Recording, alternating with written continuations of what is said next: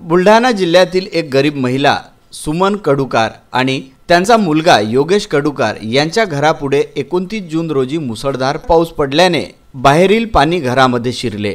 त्यामुळे सुमन आणि त्यांचा मुलगा हे साचलेले पाण्याची तक्रार घेऊन संग्रामपूर येथील वार्ड क्रमांक 8 चे नगरसेवक सय्यद आसिफ सय्यद खलील, नगरपंचायत उपाध्यक्ष पाणीपुरवठा विभाग यांच्याकडे गेले असता नगरसेवकाने त्या दोघे आई आणि मुलाला उद्धट व अश्लील शिवीगाळ केली आणि धमकी सुद्धा दिली। म्हणून या कुटुंबावर होत असलेला अन्याय थांबवावा व त्यांच्यावर कायदेशीर कारवाई व्हावी याकरिता तक्रार त्यांनी तामनगाव पोलीस स्टेशनला दिली।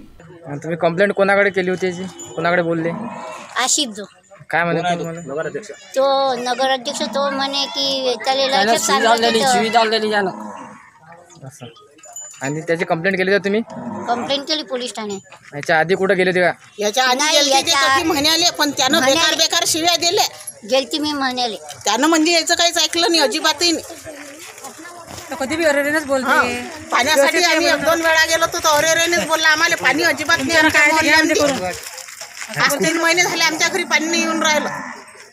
तर या पाण्याचं काय म्हणजे सांगा ना। सांगावं जे बोलते हे पाणी मेन तो लय छाती एवढं पाणी होते ते आम्हाला जाताना येत ना काहीच नाही।